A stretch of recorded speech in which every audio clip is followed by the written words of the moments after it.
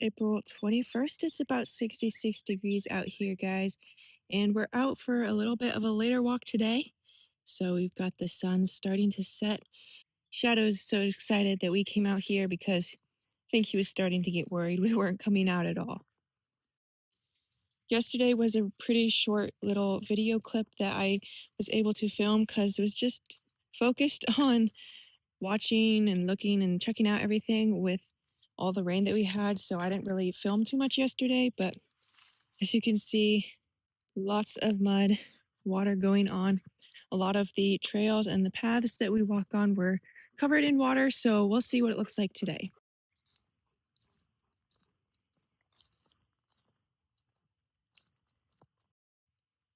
You can see the bottom of the creek now today. As I've mentioned, this is pretty much a runoff slash drainage sort of creek, so it's very seasonal, only fills up when there is rain or melting snow. So yesterday it was probably up to 1 or 2 feet, I think, and now obviously it's dropped quite a bit already.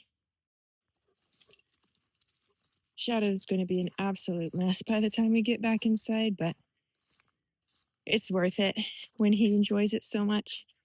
We'll just wash him off or rub him down and he'll be good to go. So yesterday, this is where it's a turkey.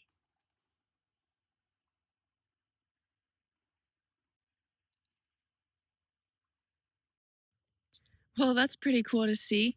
It was just sitting over there to the left of us, and I guess we made just enough noise that it decided it wasn't safe anymore, and it flew quite a ways. So we hopefully are getting more turkeys this year because we've had so many raccoons, and then we were trapping the raccoons, and we just had an overpopulation of raccoons. So we trapped a whole bunch of those this past year, the past 2 years. And so hopefully that brings the turkey population back because raccoons will eat baby turkeys. So we'd rather have the turkeys than the raccoons. But yeah, so back to what I was going to say about the creek. So this part of the creek is where I usually cross in, but with all the rain yesterday, we ended up skirting all the way around on the outside, the outer bank there, because the water was too deep for our mud boots. So we are able to cross again today. But yeah, yesterday, the walk, we went a much longer way because we had to skirt the whole creek and we weren't able to cross yesterday. It's looking quite a bit greener just every day out here. And a lot of the understory growth is got their leaves or is pretty well on its way with getting leaves. A lot of the honeysuckle, like on the fence behind me, honeysuckle is fully grown out. The rose bushes, the gooseberry bushes, and then we've got trees.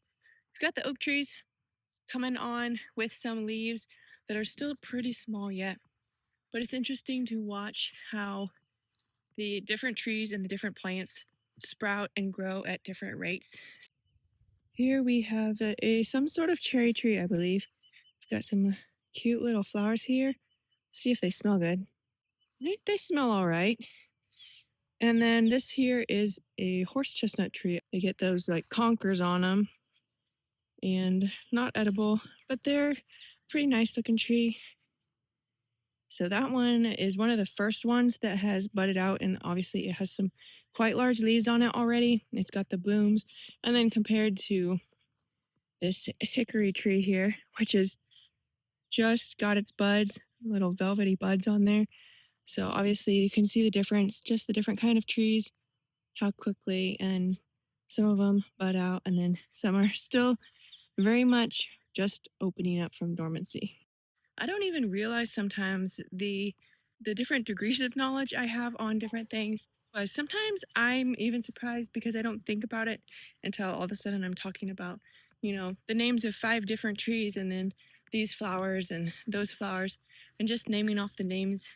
And it's just a result of being curious, having a curious mind, and being willing to learn and appreciate learning and being able to recognize I don't know something about this, so I'm going to look it up. Just having that mindset of Really, it's based in humility, but having a willingness to learn and to admit you don't know things and be willing to and eager to find out things, to learn things, and to expand your knowledge, and then also apply that knowledge. A very basic sense of the definition for wisdom is knowledge applied in the proper time and proper manner.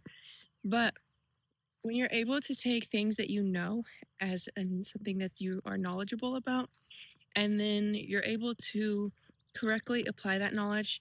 For example, pruning a tree, a rose bush and an apple tree are going to need to be pruned in different ways. You can have the knowledge about pruning, but knowing how to apply it, depending on what plant or what tree you are pruning, that's more like wisdom.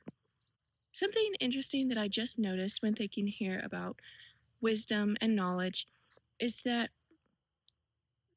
even though a person may have a lot of knowledge and they are very knowledgeable about whatever subject or topic it may be, if that person is arrogant or prideful or stuck up in the knowledge that they have, we wouldn't refer to them as being wise. They just know a lot, or maybe we might call them a know it all.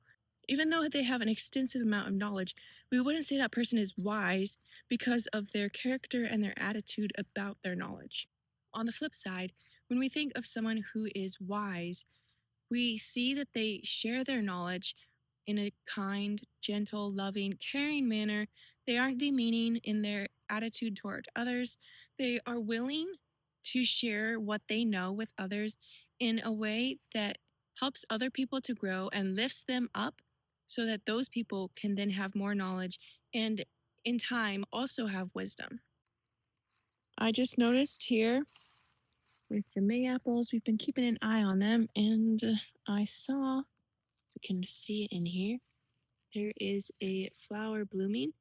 Let's see if we can't get under these leaves a little bit so we can see if there's more flowers. All right, so I found one that we can pop down in here and see. The flower of the mayapple. Let's get a focus on here. There we go. So these are the little flowers on the mayapples. They kind of hide underneath the umbrella of leaves. So you can't really notice them unless you actually stop and take time to get down low and look under the leaves to see the flowers. I've said this many times, I feel like, already in my videos, but how we had to take notice of the mayapples to be able to see the flowers, we had to pause, we had to get down and actually take a moment to be able to see the flowers. So here is your daily reminder to take time to stop and smell the roses. Take time to just pause and actually look down or look up and see what is around you that you might have missed if you hadn't stopped moving. Hey, your pets. I'll give you pets. I'll give you pets.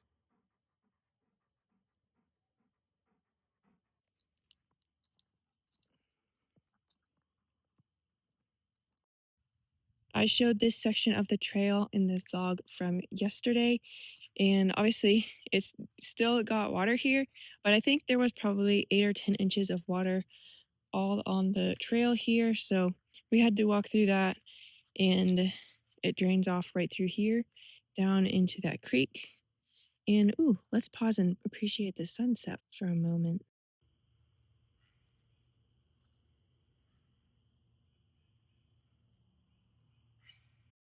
All right, guys, we're going to end the video here and appreciate the sunset wherever you are today.